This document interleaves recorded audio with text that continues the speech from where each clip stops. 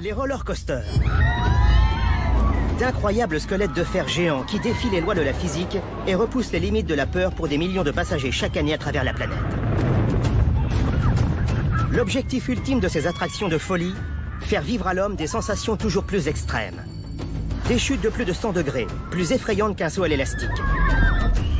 Des accélérations à 240 km/h en moins de 3 secondes, plus rapides qu'une Formule 1. Des retournements étourdissants, identiques à ceux subis par les pilotes de chasse. Plus haut, plus vite, plus fort, on ne s'arrête jamais. Car depuis 2 siècles, pour chaque nouvelle attraction, des ingénieurs de haut vol repoussent les effets physiologiques avec pour seul but, frôler les limites de la résistance humaine.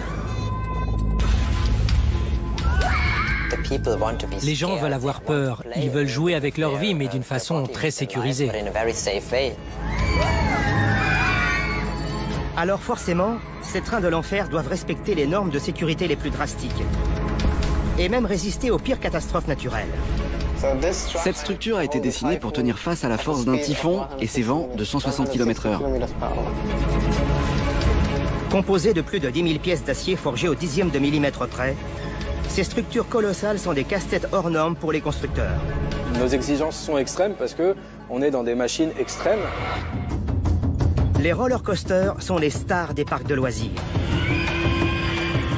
De telles attractions coûtent jusqu'à 20 millions d'euros et démultiplient les entrées d'un parc. Alors leur fabrication est classée secret industriel. Nous avons pu pénétrer dans ces lieux interdits, d'où sortent ces bijoux de technologie, et suivre de près les techniciens spécialisés qui, chaque jour, veillent à leur fonctionnement parfait. Comment ces attractions sont-elles conçues? Jusqu'où les ingénieurs sont-ils prêts à aller pour nous faire subir des sensations toujours plus fortes? Ces machines n'ont-elles vraiment aucune limite? Voyage inédit dans les coulisses des attractions extrêmes.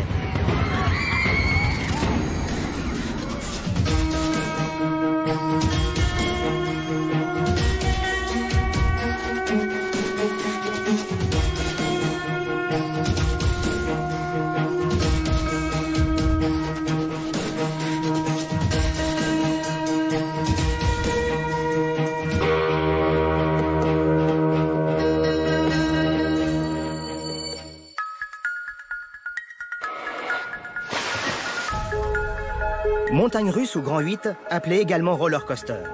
Il propose partout dans le monde des parcours toujours plus incroyables. Comme le Griffon aux États-Unis, ce manège promet à ses passagers 2 chutes de 60 mètres de haut, avec une arrivée éclaboussante sur l'eau. Mais l'Orient a aussi été touché par la fièvre envoûtante des roller coasters. Au Japon, le Dodonpa propulse ses trains à une vitesse de 172 km/h en moins de 2 secondes, l'accélération d'une fusée spatiale. Et en Europe, on n'en fait pas moins. Le Swarm à Londres fait vivre l'expérience d'un crash aérien comme si on était à bord. Les passagers se retrouvent même allongés vers l'avant et totalement dans le vide. Et le Goudurix en France est encore plus ahurissant. Il a même décroché un record du monde. En moins de 50 secondes, il enchaîne 7 inversions à couper le souffle.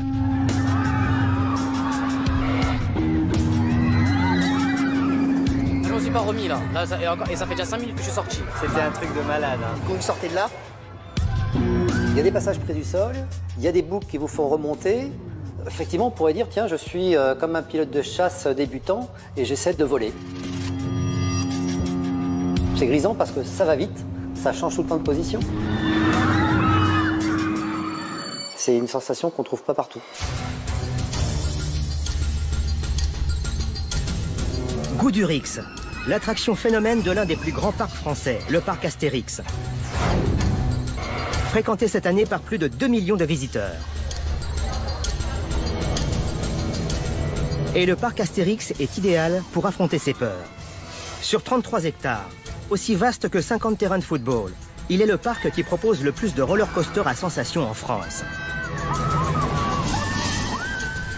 En explorant les entrailles d'acier de Goudurix, nous allons vous détailler tous les rouages des roller coasters, leur fonctionnement, leur système de sécurité infaillible et leurs effets détonnants sur le corps humain.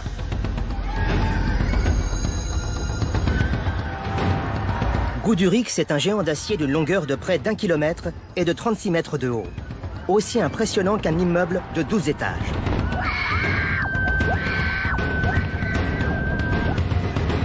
Ces courbes retournent totalement les wagons et vous mettent la tête à l'envers. Des trajectoires typiques des roller coasters, appelées les inversions. Au début du circuit, Goudurix propose une figure inédite avec laquelle il a été précurseur. En 15 secondes, le train franchit 4 boucles tortueuses à une vitesse de 70 km/h.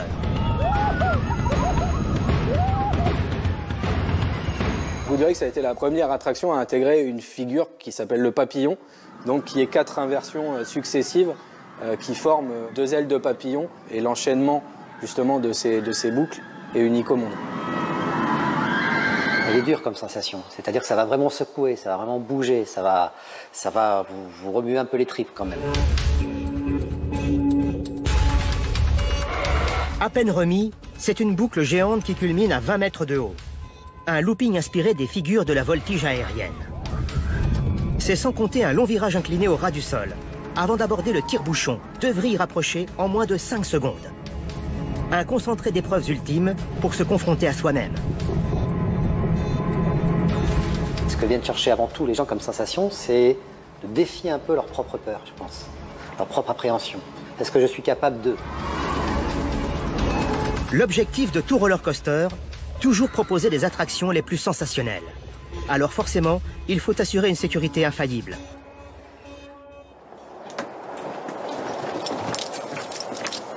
C'est la mission de Laurent, le responsable technique du parc, et de ses techniciens. S'assurer qu'aucune attraction ne peut défaillir. La sécurité de la totalité du parc repose sur chacun de leurs gestes. Et l'un des roller coasters qu'ils surveillent le plus, c'est le Goudurix.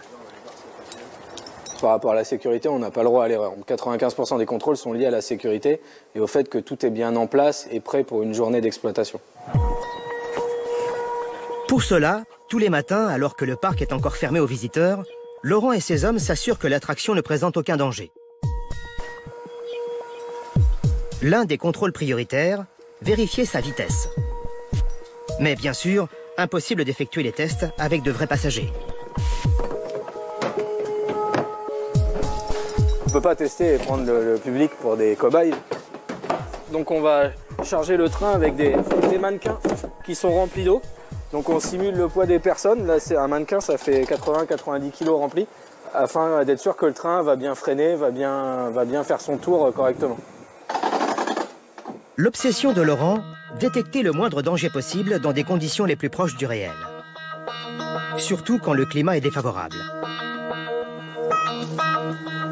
Il fait froid ce matin et en plus c'est pas humide, la piste est assez sèche. Quand il fait en dessous de 8-9 degrés, il faut vraiment qu'on prenne des précautions et qu'on fasse attention. Sinon le train ne fait pas le tour et on est obligé d'aller le rechercher avec des tirs forts sur la piste. On évite au maximum ce genre de désagrément. Car la température modifie le fonctionnement des roller coasters. Le froid densifie l'huile qui lubrifie les parties mécaniques et ralentit donc la rotation des roues. Alors, elles sont chauffées pour pouvoir tourner à leur vitesse maximum. Absolument aucune n'échappe à la vérification experte de Laurent.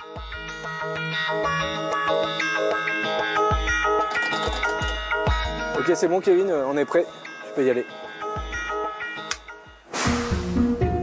Le test est lancé. Et à chaque fois, pour les vérificateurs, la tension est la même. Goudurix réussira-t-il à porter ses passagers fantômes à leur vitesse maximum? Pourront-ils l'ouvrir au public aujourd'hui?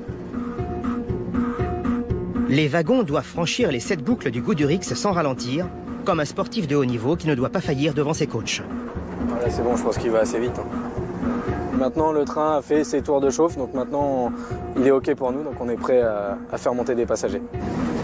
Malgré le froid, Goudurix a atteint les 70 km/h sans danger. Il est prêt à accueillir ses 4200 passagers de la journée. Goudurix est une machine moderne extrêmement complexe dont le but est de procurer les sensations les plus surprenantes. Un objectif pourtant ancien qu'il partage avec les toutes premières attractions de l'histoire, construites il y a 4 siècles en Russie. Sur ces manèges infiniment plus simples, il n'y avait pas de looping, ni de rails, ni même de roues. Ça s'appelait les pentes de glace à l'époque, et c'était des structures en pente faites de bois. Avec le froid et la quantité importante de neige et de glace l'hiver, il y avait une piste glacée sur ces rampes qui permettait aux visiteurs de faire des parties de glissade. Pas encore de train, mais des luges. Et le nom de montagne russe est logiquement donné au premier manège. Mais l'envie de sensation est contagieuse et un siècle et demi plus tard, c'est à Paris, vers 1815, que les premières attractions modernes apparaissent. Déjà, on innove pour augmenter la vitesse. À Paris, on n'avait pas la possibilité de faire des pistes glacées, les hivers étant moins rudes. Du coup, ils ont eu l'idée de remplacer les pistes glacées par des rails avec, pour la première fois, des wagonnets munis de roues. On dénombre pas moins de 8 attractions à Paris, dont un circuit fermé qui inclut des virages relevés. Mais le nom roller coaster, littéralement bateau qui roule, naît aux États-Unis en 1827, en Pennsylvanie. Le Mount Shunk Gravity Railroad est une voie ferrée qui relie une mine à une rivière. Des mineurs s'amusent à emprunter les wagons et à dévaler la pente de 14 km à plus de 50 km/h, une vitesse très élevée pour l'époque. Les exploitants s'emparent de l'idée. Les exploitants de la mine se sont rendus compte qu'il y avait tout autant à gagner, voire plus, à vendre des tickets pour offrir au public la sensation de dévaler la colline, plutôt que les recettes de l'exploitation minière. À l'époque, pas de moteur. Une fois en bas, les wagonnets sont remontés au sommet de la colline, tirés par des mules. La Pennsylvanie vient donc d'inventer le principe fondateur de tout roller coaster, la descente par gravité. Finalement, depuis l'origine des montagnes russes, le principe est toujours resté le même. C'est d'élever un train à une certaine hauteur et puis de le laisser descendre et prendre de la vitesse sur une pente. Et 2 siècles plus tard, contrairement aux apparences, le principe des origines est resté exactement le même. Sur tous les roller coasters du monde, comme sur le Goudurix du parc Astérix, la vitesse des wagons n'est absolument pas due à un moteur. On peut comparer la descente de Goudurix à effectivement une descente en ski. Lancés depuis une hauteur de 36 mètres, sur une pente à 45 degrés, ces wagons prennent de la vitesse sous l'effet de la gravité, exactement comme une bille sur un plan incliné. C'est pourquoi également, les wagons doivent être extrêmement lourds. Le train, chargé de ses 28 passagers, pèse 9 tonnes, l'équivalent de 9 voitures. Soumis à la gravité, il accélère pendant la descente jusqu'à atteindre une vitesse maximum de 70 km/h. Grâce à cette énergie accumulée, il peut maintenant remonter la première boucle qui atteint les 30 mètres de haut. Petit à petit, le train perd de la vitesse car il est ralenti par la friction des roues et la résistance de l'air. Alors, pour qu'il puisse franchir toutes les bosses du circuit, chacune doit être plus basse que la précédente. Sans moteur, le challenge de tous les roller coasters est de hisser le poids extrême des wagons à une altitude maximum. C'est sur le lift hill, littéralement colline de traction, l'immense portion inclinée au début de chaque parcours, que les wagons sont tractés au plus haut. Et cela grâce à une chaîne démesurée de 150 mètres de long en acier trempé. C'est une chaîne exceptionnelle, c'est une chaîne qu'on pourrait comparer à une chaîne de vélo, en 50 fois plus gros. Donc on a des maillons qui font 20 cm de long. 1000 maillons en tout huilés et vérifiés quotidiennement pour que la chaîne ultra résistante ne risque pas de casser. Cette chaîne est entraînée par un moteur électrique de près de 200 chevaux, l'équivalent d'une petite voiture sportive, placée tout en haut du liftier. Ça permet de monter les 9 tonnes du train en toute sécurité en haut du lift. Et c'est une pièce d'acier de quelques centimètres de long seulement, mais d'une résistance à toute épreuve, qui permet cette montée de force. Ce cliquet, situé sous les wagons, s'appelle le catch dog. Quand le train se présente près de la chaîne, ce cliquet s'accroche à l'un des maillons. Le train devient alors solidaire de la chaîne. Quand la chaîne tourne, il est tracté le long des rails, jusqu'à 36 mètres du sol. Mais comment s'assurer que, malgré les soins des mécaniciens, cette montée périlleuse ne puisse s'avérer dramatique ? Car malgré tous les soins portés à la chaîne du lift hill, celle-ci pourrait toujours se briser. Ou le moteur tomber en panne. Et dans ce cas, il ne pourrait retenir des wagons aussi lourds. Si la chaîne cassait, ça serait une catastrophe. Le train repartirait subitement en marche arrière avec tous ses passagers et rentrerait en collision avec la gare et ce serait vraiment une situation d'accident avec des blessés, voire même des morts. C'est une situation qu'on veut absolument éviter. Pour éviter le drame, un système de sécurité appelé rampe à cliquet est situé sous tous les wagons. Quand le train avance, ce cliquet anti-retour s'emboîte successivement dans les dents d'une crémaillère fixée entre les rails. C'est ce qui produit le fameux bruit si caractéristique. Si la chaîne casse, le train recule, le cliquet se cale dans la crémaillère et bloque tout mouvement arrière du train instantanément. Sur la pente abrupte, le train peut donc monter, mais jamais reculer. Sur cette pièce repose la sécurité des 28 personnes qui sont dans le train de Goudurix. C'est donc une toute petite pièce de métal qui garantit la sécurité de millions de passagers dans le monde. Les cliquets anti-retour sont composés d'acier trempé ultra résistant. C'est très lourd, un anti-retour. Chaque objet pèse une quinzaine de kilos, donc c'est une pièce massive. Depuis son invention dans les années 1920, ce système anti-retour a jusqu'à présent été infaillible. C'est un bruit qui fait peur, qui fait monter le stress et l'adrénaline auprès des passagers. Et l'appréhension engendrée par ce bruit n'est pour eux que la première étape d'une succession de sensations incroyables. Là, à leur place, j'ai peur déjà. On se demande comment ça va se passer pour nous. Je pense que c'est ça qui fait le plus peur. Car il n'y a pas de hasard. Pendant un tour d'attraction, tout a été conçu pour provoquer le stress chez le passager et déclencher des effets totalement déroutants. D'abord, les roller coasters suppriment tous les repères visuels rassurants, ce qui crée la peur du vide. Et les cris des autres passagers accroissent la sensation de danger. Toutes ces informations sont traitées par les amygdales, une zone du cerveau qui gère nos peurs. Face à une situation de peur, le cerveau déclenche la sécrétion d'une hormone qui est l'adrénaline, qui, elle, va permettre l'adaptation de l'organisme à un effort physique violent. Les concepteurs d'attractions cherchent à créer l'état d'excitation maximale de notre organisme en déclenchant les mécanismes de réaction à la peur.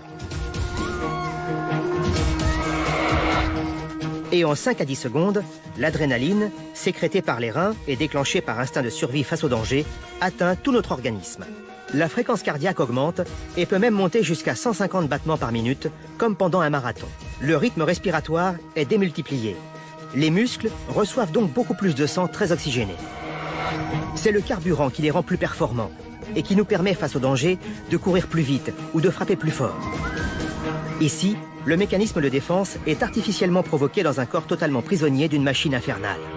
Pendant 50 secondes, les roller coasters nous transforment physiquement en super-héros virtuels. Le fait d'avoir réussi à faire quelque chose d'inusuel, voire qu'on peut percevoir comme dangereux, on a réussi à le faire, on a surmonté sa crainte. Mais bien sûr, on a un peu une sensation, je ne veux pas dire de surhomme, mais peut-être pas loin. Et quand la folie s'arrête, la libération devient une nouvelle source de plaisir.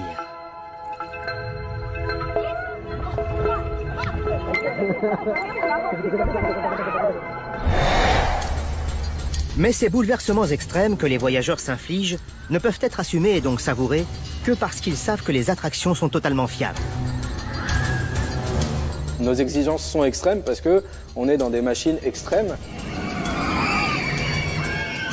Notre but, c'est de ne pas blesser les gens, c'est de les ramener à bon port, comme dans les avions ou dans les trains. Donc on doit avoir absolument les systèmes de sécurité les plus performants afin d'atteindre ce but-là. Sans moteur, le seul moyen de pouvoir contrôler les trains d'un roller coaster, ce sont les freins placés sur le parcours. Et notamment sur le point le plus critique de l'attraction, le freinage avant l'entrée en gare. Des étriers à double mâchoire sont fixés sur les rails et des lames en acier sont montées sous les wagons. Quand le train passe, 2 mâchoires se referment alors sur la lame et arrêtent le train. Sur Goudurix, pas moins de 10 batteries de freins sont réparties sur 3 zones de freinage rapprochées. Un système actionné par des vérins à air comprimé. La fermeture des mâchoires est déclenchée par une pression de 8 bars. Et en cas de défaillance des freins principaux, un frein de sécurité est placé à la suite des autres. Ce frein fonctionne à l'inverse des autres. Il est fermé en permanence et s'ouvre uniquement pour laisser passer le train. Du coup, en cas de panne du système, le frein de sécurité ne s'ouvre pas et arrête le train sans défaillir. On pourrait comparer ça à un avion. C'est vrai qu'on a plusieurs fois les mêmes systèmes afin de garantir que si l'un est défaillant, l'autre va prendre le relais. On s'approche du niveau le plus élevé de sécurité qu'on peut avoir. Mais les freins ne servent pas seulement à arrêter les trains dans leur course finale. Ils permettent aussi de réguler le trafic. Sur de nombreuses attractions, plusieurs trains naviguent en même temps sur le même circuit. C'est le cas sur le Pégase Express, le dernier né du parc Astérix. Pour transporter 1200 visiteurs par heure, le parc fait tourner jusqu'à 4 trains simultanément. Alors forcément, cela présente un nouveau danger. L'accident que l'on veut vraiment éviter, c'est la collision entre plusieurs trains sur un même parcours. Un système robotisé régule donc le trafic en gérant l'espacement précis entre les trains. 160 capteurs placés tout le long du parcours détectent en permanence chacune de leurs positions et leur vitesse. Elles sont retranscrites sur cet écran du poste de contrôle. Le parcours est divisé en 8 sections. Si un train se bloque dans l'une d'entre elles, l'automate arrête instantanément tous les autres. Suite à un problème technique, l'attraction est momentanément interrompue. Merci de rester correctement assis. Que cela concerne les harnais de sécurité, les capteurs sur les rails, le lift-hill, tout dysfonctionnement déclenche toujours une réponse de sécurité identique. En cas de dysfonctionnement, la machine va arrêter tout et va figer les positions des trains au plus vite. Seuls les techniciens qui supervisent en permanence le bon fonctionnement du système peuvent remettre le roller coaster en marche. Sur chaque roller coaster, les systèmes les plus sophistiqués sont donc prévus pour limiter tous les accidents possibles. Des systèmes de sécurité conçus dès la fabrication des attractions par les constructeurs de roller coaster. Situé à Waldkirch, dans le sud de l'Allemagne, Mack Ride est l'un des constructeurs les plus novateurs d'Europe. Il n'ouvre que très rarement ses portes, car ici, les techniques sont confidentielles. Chaque année, dans ces grands hangars, Mack Ride conçoit et construit jusqu'à 15 attractions qui vont se retrouver dans les parcs du monde entier. Voici un véhicule. Cette attraction, nous l'avons vendue à 16 exemplaires pratiquement partout dans le monde. En Asie, en Russie, en Amérique, en Europe. Nous sommes très fiers de ce produit. Une attraction est un enjeu colossal pour un parc. C'est pourquoi chaque client exige un roller coaster proposant la dernière technologie en date. Le constructeur doit donc innover en permanence. Et pour créer le plaisir maximum, il développe des techniques bien plus complexes qu'il n'y paraît. Et voici une de nos pièces les plus compliquées. C'est le prototype d'un châssis qui peut pivoter sur lui-même. Dans ce bureau de recherche, 45 ingénieurs spécialisés élaborent les futures attractions. Pour chaque nouveau projet, cette équipe se relaie pendant au moins 10 mois de développement.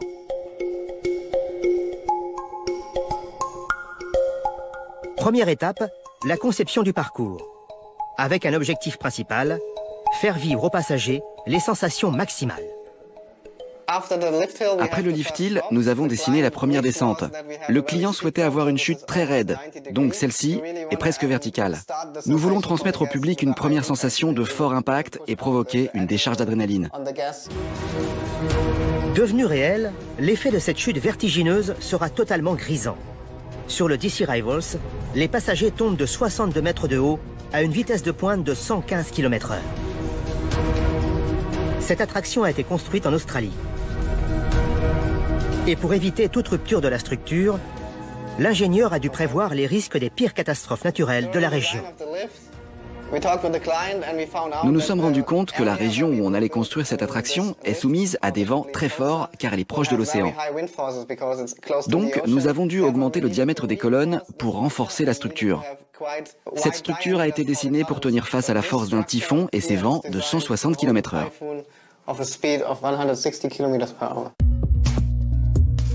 Le logiciel ultra performant détecte même les risques directs sur les passagers en simulant la course d'un train virtuel.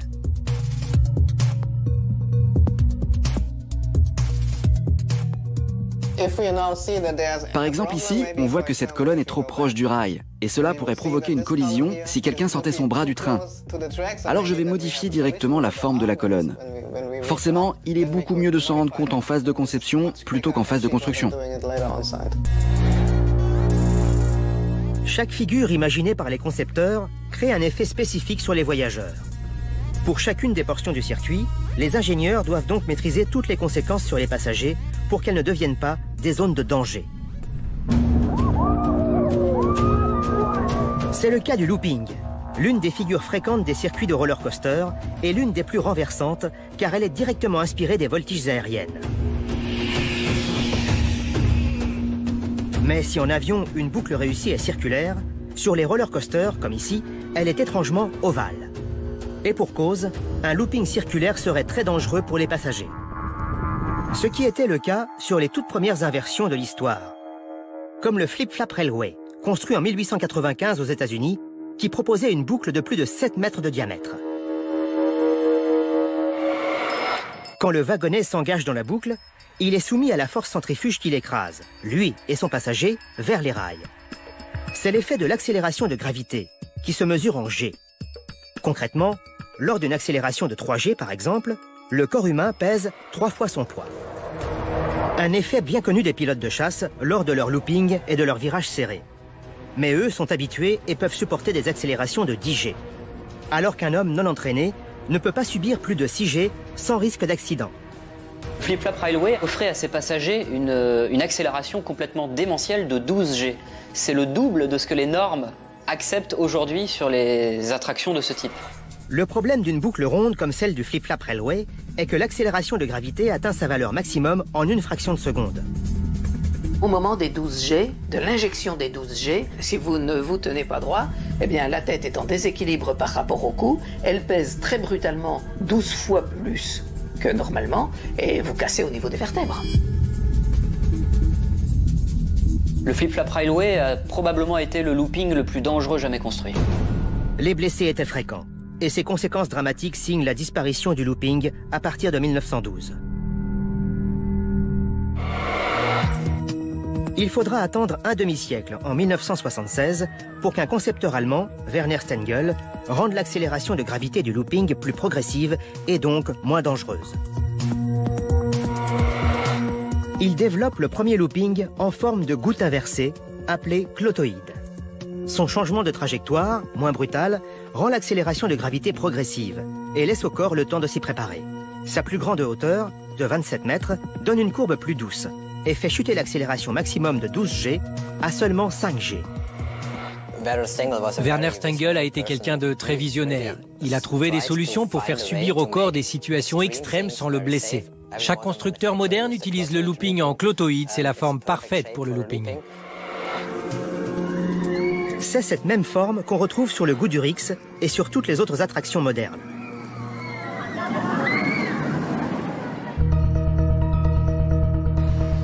Ces boucles monumentales, de plusieurs dizaines de mètres, qui défient la gravité, naissent en pièces détachées dans les hangars géants des ateliers des constructeurs.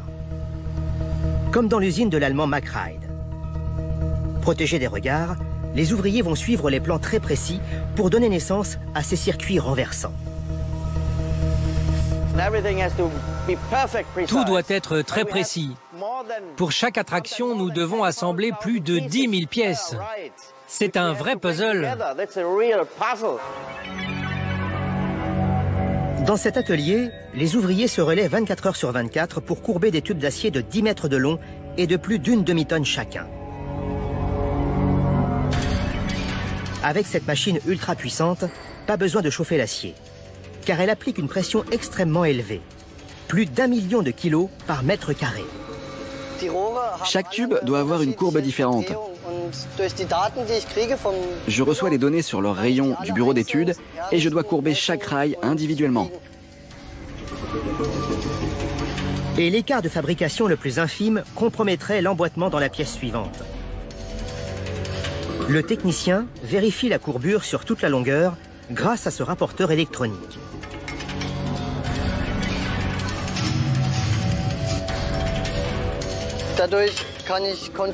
Cela me permet de contrôler le degré de précision de la courbe et de savoir si je dois faire un ajustement.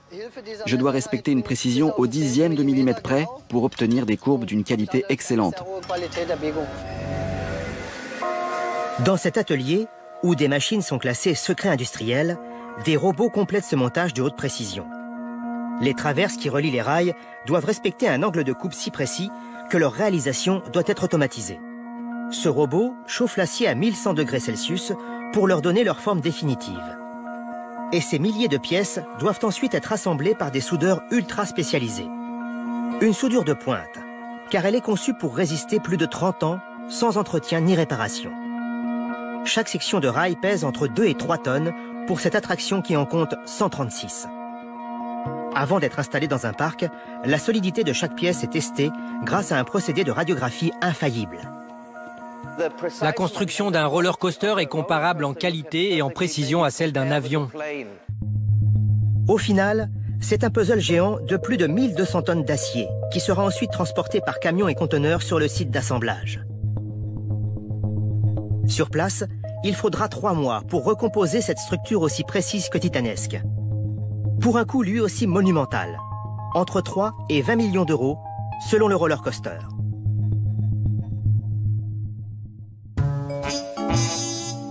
Mais il y a un siècle, les premières générations de roller coaster étaient construites avec une toute autre technique. C'est le premier âge d'or des roller coasters à Coney Island, près de New York. De nombreux parcs d'attractions se défient déjà pour proposer des montagnes russes plus sensationnelles les unes que les autres. Mais, grande différence à l'époque, elles sont toutes construites en bois. Un siècle plus tard, certains parcs construisent toujours les descendants de ces premières attractions, appelées Wood Coaster, comme le parc Astérix, avec son tonnerre de Zeus. Un mécano géant qui s'élève à 30 mètres de haut, construit de 30 000 tasseaux de bois, tenus ensemble par 60 000 boulons. Une structure infiniment plus complexe que les autres roller coasters. Une attraction en bois comme tonnerre de Zeus, ça nécessite une surveillance accrue. Il faut le bichonner comme un petit bébé. En fait, il faut en prendre bien soin. Cette cathédrale en bois utilise donc du pin de Douglas, une essence beaucoup plus dense que les autres et capable de supporter des sollicitations mécaniques hors normes. Un traitement spécial augmente sa résistance à la moisissure et surtout son élasticité. Lorsque l'on voit l'attraction freiner, on voit carrément la structure bouger de dizaines de centimètres et faire je freine, je pousse et je reviens à sa place. Ça, ce côté élastique du bois est formidable.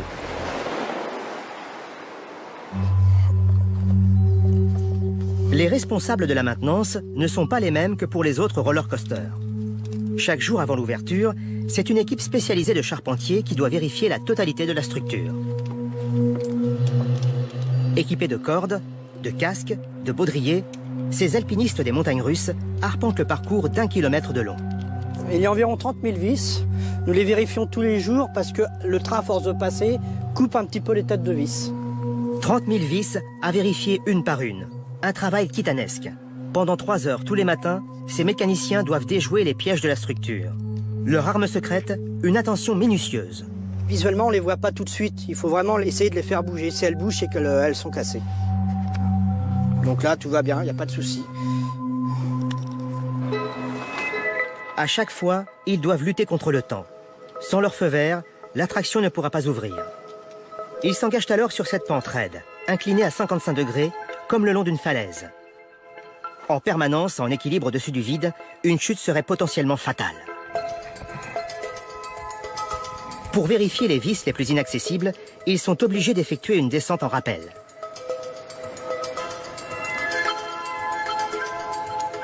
Regarde, t'en as une là. Tiens, il y en a une là. Il y a une tête de vis qui a sauté. Donc nous allons la changer. On enlève la vieille tige pour en remplacer par une neuve.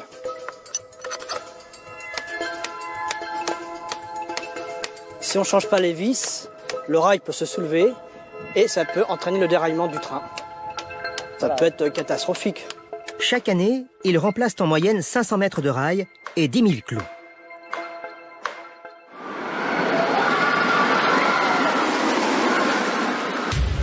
Mais alors, pourquoi construire encore aujourd'hui des roller coasters si complexes à entretenir? C'est que ces attractions en bois offrent aux passagers des sensations différentes. On est vraiment sur une planche avec 4 roues et on ressent tous les moindres défauts de la piste. Ça fait du bruit, ça tremble et ça offre une sensation d'insécurité qui en fait n'est pas le cas. Même sur ces attractions en bois, l'impératif reste le même. Créer la peur chez les passagers. Mais les roller coasters en bois ont des limites spécifiques. Car les rails doivent être soutenus par un enchevêtrement de tasseaux indispensables sous chaque portion du parcours. Et les trajectoires sont complètement contraintes par cette incroyable sculpture de bois. Le bois a ses limites. Avec le bois, on ne peut pas monter à des hauteurs infinies, ça devient vite compliqué en termes de structure. Alors, pour aller plus haut, à partir de 1957, les ingénieurs ont remplacé le bois par l'acier. C'est une révolution. Et aujourd'hui, 96% des roller coasters de la planète sont entièrement construits en métal, comme Goudurix. Car ces rails tubulaires extrêmement solides peuvent supporter des sollicitations démesurées. Une pression de 40 tonnes plusieurs centaines de fois par jour, sans casser. Surtout, ces tubes d'acier permettent des trajectoires suspendues dans le vide. L'avantage avec l'acier est que le rail lui-même peut être son propre pilier. Car si l'épaisseur de l'acier est assez importante, on n'a pas forcément besoin d'une colonne. Des inversions possibles à plusieurs dizaines de mètres du sol ont ouvert la voie à des figures très complexes, comme les trajectoires aériennes de Goudurix, impossibles auparavant. En un demi-siècle, partout dans le monde, les roller coasters sont devenus plus hauts et beaucoup plus rapides.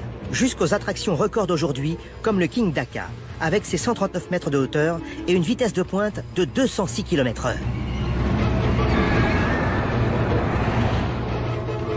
Et face à cette trajectoire mirobolante, il a également fallu adapter les wagons pour qu'ils ne s'envolent pas. Le principe de base, c'est d'emprisonner le train sur les rails pour qu'il puisse jamais sortir des voies, pour qu'il puisse jamais dérailler. La solution se cache sous le ventre du train de Goudurix, un système de roues multiples.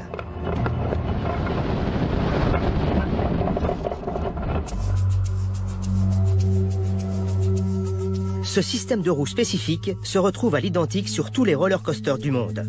Laurent le surveille en permanence. On a 3 types de roues sur Goudurix, donc les roues porteuses qu'on voit ici, donc qui sont comme les roues de voiture, ils servent à porter le poids du train. Ensuite, on a les roues latérales qui empêchent le train de pouvoir sortir des rails à gauche et à droite. Et ensuite, on a les roues de retenue ici, qui sont à l'envers, qui permettent au train de ne pas se soulever et aussi de rouler lorsqu'il est à l'envers dans les boucles. Chacune des roues porteuses fait 25 cm de diamètre et pèse 5 kg. Elles sont constituées par un moyeu en aluminium léger et solide, recouvert d'un bandage de roulement en polyuréthane. Comme un pneu de voiture, donc qui s'use au fur et à mesure du temps. Donc sur Goudurix, on fait à peu près 150 km par jour, donc on les change 2 fois par an, dès qu'on a des traces d'usure ou des coups sur le pneu. Même bloqué à l'envers en haut d'une boucle, le train resterait accroché au rail grâce aux 80 roues de ses 7 wagons.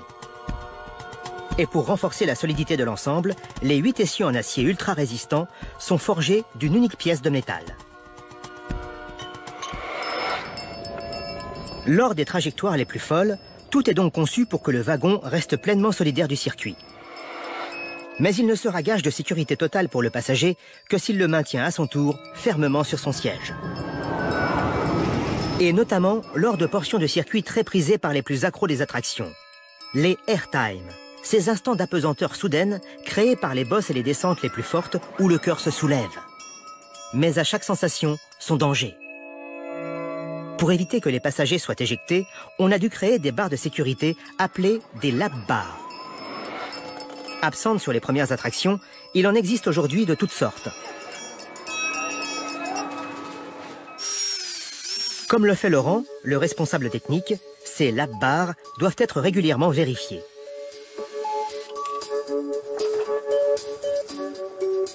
C'est le cœur de la sécurité de l'attraction. On peut porter largement une personne adulte, 120 kg sans souci, et dans toutes les conditions d'utilisation de l'attraction.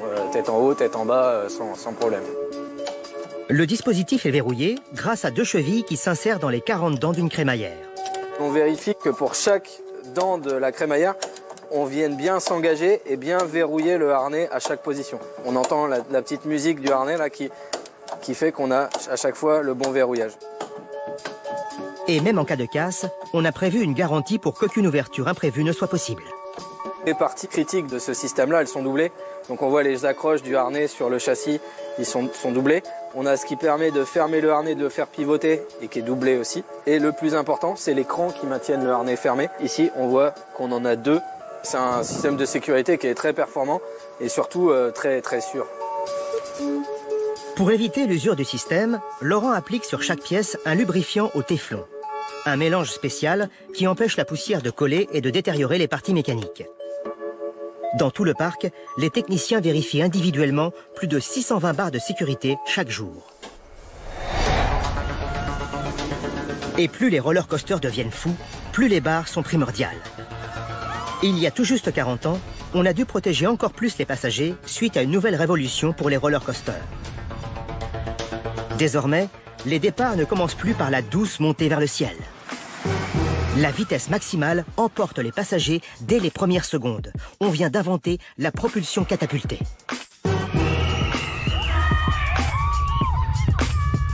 Dans la quête des nouvelles sensations à offrir au public, la catapulte, c'était vraiment un moyen de dépasser tout ce qui avait été imaginé et tout ce qui avait été fait jusqu'alors. Sur le Blue Fire à Europa Park en Allemagne, les trains sont propulsés en 2 secondes et demie de 0 à 100 km/h. Comme dans une voiture de Formule 1 où vous appuyez sur l'accélérateur à fond, et ben c'est la même chose. La propulsion record du Blue Fire nécessite 1,2 MW. La même quantité en 1 seconde que pour allumer 12 000 ampoules. C'est une quantité d'énergie qui est vraiment monstrueuse. Quand les premiers roller coasters à départ catapultés ont été créés dans les années 70 et 80, on ne pouvait pas puiser autant d'énergie électrique dans le réseau, ni même la stocker. Alors les ingénieurs ont cherché des idées pour accélérer un roller coaster de façon mécanique. On a d'abord l'idée d'un contrepoids hissé en haut d'une colonne et relié à un système de 2 poulies. Quand le contrepoids tombe, les poulies tournent instantanément et le train, accroché à la chaîne, est propulsé à 90 km/h, comme sur le Shuttle Loop. 20 ans plus tard, pour augmenter la vitesse, on s'inspire des technologies militaires. Un piston de 25 mètres de long, mis en tension par de l'air comprimé, est relié au système de poulies. Le relâchement du piston crée la propulsion la plus soudaine du monde. L'hypersonique accélère en moins de 2 secondes de 0 à 180 km/h. Cette catapulte, elle s'apparente assez bien au système de lancement que l'on a sur les porte-avions pour les avions de chasse. Ces vitesses jamais atteintes permettent également de créer une figure encore jamais vue dans l'histoire de ces attractions extrêmes, le top hat. C'est-à-dire l'enchaînement d'une montée totalement verticale suivie d'une descente tout aussi vertigineuse. Mais c'est la catapulte hydraulique du Formula Rossa qui détient le record du monde de vitesse de pointe. Dans des bouteilles, de l'huile est mise sous pression par de l'azote. Libérée instantanément, elle fait tourner la turbine d'un moteur qui lance le train à une vitesse monstrueuse de 240 km/h.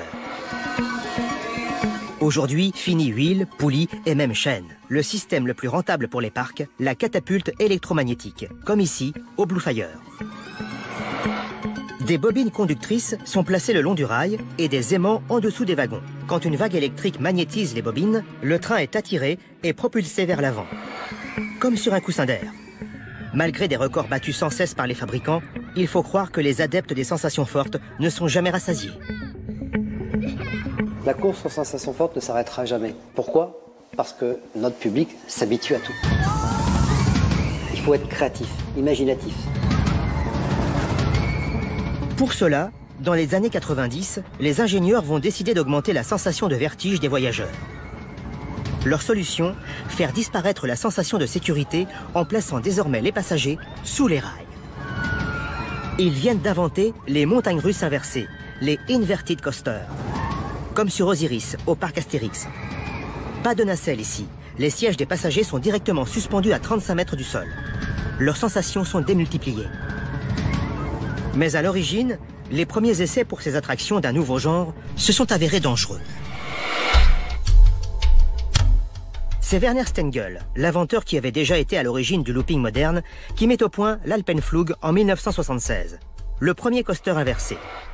Comme on le voit sur cette attraction similaire de 1981, les oscillations des wagons particulièrement fortes fragilisent la structure. La première difficulté, c'est que les assises étaient pendulaires, en fait, elles étaient articulées, ce qui provoquait des oscillations de droite et de gauche et des mouvements assez complexes à gérer mécaniquement. Le problème, c'est que tous les efforts se reportaient sur la structure et sur les rails, causant une usure prématurée. En cas de fissure sur les rails, la structure risquait de rompre. Au bout de 3 semaines, l'attraction a été démontée et n'a plus jamais refonctionné. 15 ans plus tard, Werner Stengel trouve alors la solution pour éliminer ces oscillations. Sur le Batman The Ride, ils solidarisent le châssis des sièges au rail et rapprochent leur centre de gravité de la structure. C'est désormais la forme de la plupart des inverted coasters dans le monde. Sur ces attractions, pendant la première descente verticale, les passagers ont l'impression de tomber dans le vide. Par ailleurs, ces coasters inversés proposent une figure jamais rencontrée auparavant, les passages en rase-motte. Lorsqu'on fait chuter l'attraction jusqu'à 2 mètres du sol, je vous garantis une chose, c'est qu'à 2 mètres du sol, on remonte les genoux en pensant qu'on va frotter les pieds au sol. Et pour ajouter à la désorientation, certains constructeurs ont même développé les 4D coasters. Des coasters aux mouvements les plus ahurissants. Non seulement le train se déplace et exécute une trajectoire complexe avec des inversions, mais en plus les passagers font des révolutions sur eux-mêmes, ce qui donne une sensation incroyable où on perd tout repère, on ne sait plus où on est. Il n'existe que 30 attractions de ce type dans le monde. Avec de tels circuits extrêmes, les concepteurs s'amusent à frôler les limites physiques que le corps humain peut supporter. Car ils savent parfaitement, quand ils créent un circuit, que ce qui bouleverse le plus les passagers pendant un tour de roller coaster, c'est la perte d'équilibre. Le centre de l'équilibre se trouve dans l'oreille interne. Ici, 3 canaux remplis de liquide perçoivent toutes les rotations et les accélérations de l'organisme. Quand ces informations sont en accord avec celles perçues par les yeux, alors le corps se tient en équilibre. En 45 secondes, il y a tellement de looping dans tous les sens, de changement d'accélération. Pratiquement, vous changez de situation dynamique toutes les 2 secondes. Notre cerveau a du mal à intégrer autant d'informations instantanément. Concrètement, à cause de la vitesse, nos yeux perçoivent une situation du parcours, alors que l'oreille interne, à cause de son liquide, ressent toujours la boucle précédente. Ce décalage crée le malaise et notre perte d'équilibre. Par conséquent, le cerveau reçoit tellement d'informations discordantes, inusuelles, qu'il patauge complètement. C'est une désorientation, voire même une absence totale de l'orientation dans l'espace. Cette désorientation peut même continuer pendant 20 à 30 secondes après la fin du tour. Car le liquide de l'oreille interne ne se stabilise pas immédiatement. Vous avez la sensation de bouger, alors que objectivement, plus rien ne se passe. Certains aiment profondément cette sensation de vertige. D'autres en ressentent un malaise, voire une nausée.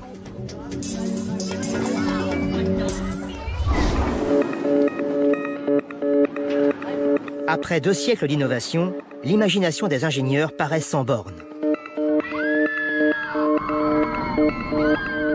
Mais sommes-nous vraiment prêts à supporter le pire?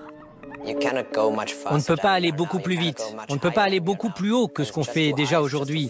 C'est tout simplement trop rapide, trop fort, le corps humain ne pourrait plus le supporter. Nous devons trouver des moyens d'aller encore plus loin en s'approchant au maximum des limites du supportable pour le corps humain. Pas de limite pour les ingénieurs. Ils ont une nouvelle fois trouvé comment résoudre leur casse-tête éternel, provoquer des émotions encore plus intenses, sans danger supplémentaire. Cette fois, c'est en touchant plus directement notre cerveau. Aujourd'hui, la réalité virtuelle bouleverse une nouvelle fois complètement l'effet des roller coasters. Aux sensations physiques des machines de fer s'ajoute désormais une plongée dans un monde virtuel. Nous pouvons vraiment tromper l'esprit des passagers et les envoyer dans un monde auquel ils ne s'attendent pas. Désormais, un champ des possibles infini s'ouvre pour des sensations totalement nouvelles. L'objectif, démultiplier les effets sur le corps de tous les passagers. On peut faire tout ce qu'on peut imaginer. Nous avons le contrôle de leur vision, nous pouvons les faire voler dans l'espace ou tomber de 50, 60, 70 mètres, alors qu'en réalité, ils ne tombent que de 10 mètres. Avec la réalité virtuelle, les possibilités sont illimitées. Depuis leur apparition, les roller coasters sont devenus de plus en plus fous et créent chez les passagers des sensations totalement nouvelles. Et pour atteindre des vitesses démentielles de 240 km/h et des structures de 140 mètres de haut, les ingénieurs redoublent d'inventivité et frôlent les limites du supportable pour le corps humain. Mais leur obsession, une sécurité infaillible, prévue dès la conception des nouveaux parcours et que les techniciens soignent en permanence sur tous les roller coasters du monde. Pour preuve, le risque d'être tué sur un roller coaster est quasiment inexistant, estimé à 1 sur 17 millions. Malgré le gigantisme de ces squelettes de fer, leur fabrication doit respecter des précisions de l'ordre du dixième de millimètre. Cette exigence d'excellence a permis de développer des circuits à chaque fois inédits. Des inversions ahurissantes, au départ catapultés inspirés des technologies militaires, jusqu'à la disparition des wagons qui font tournoyer dans le vide et ressentir le vertige ultime. Alors, les limites ont-elles été franchies? L'étape suivante, c'est quoi? Tous les parcs ont le même souci, c'est de proposer autre chose, de sensationnel, avec une expérience unique et qui n'est pas encore fait dans le parc d'à côté. Donc on a encore plein de choses à imaginer et là-dessus les constructeurs, les concepteurs sont très très inventifs. L'imagination des ingénieurs n'a pas fini de s'envoler tant que les adeptes demanderont de vivre des moments toujours plus forts.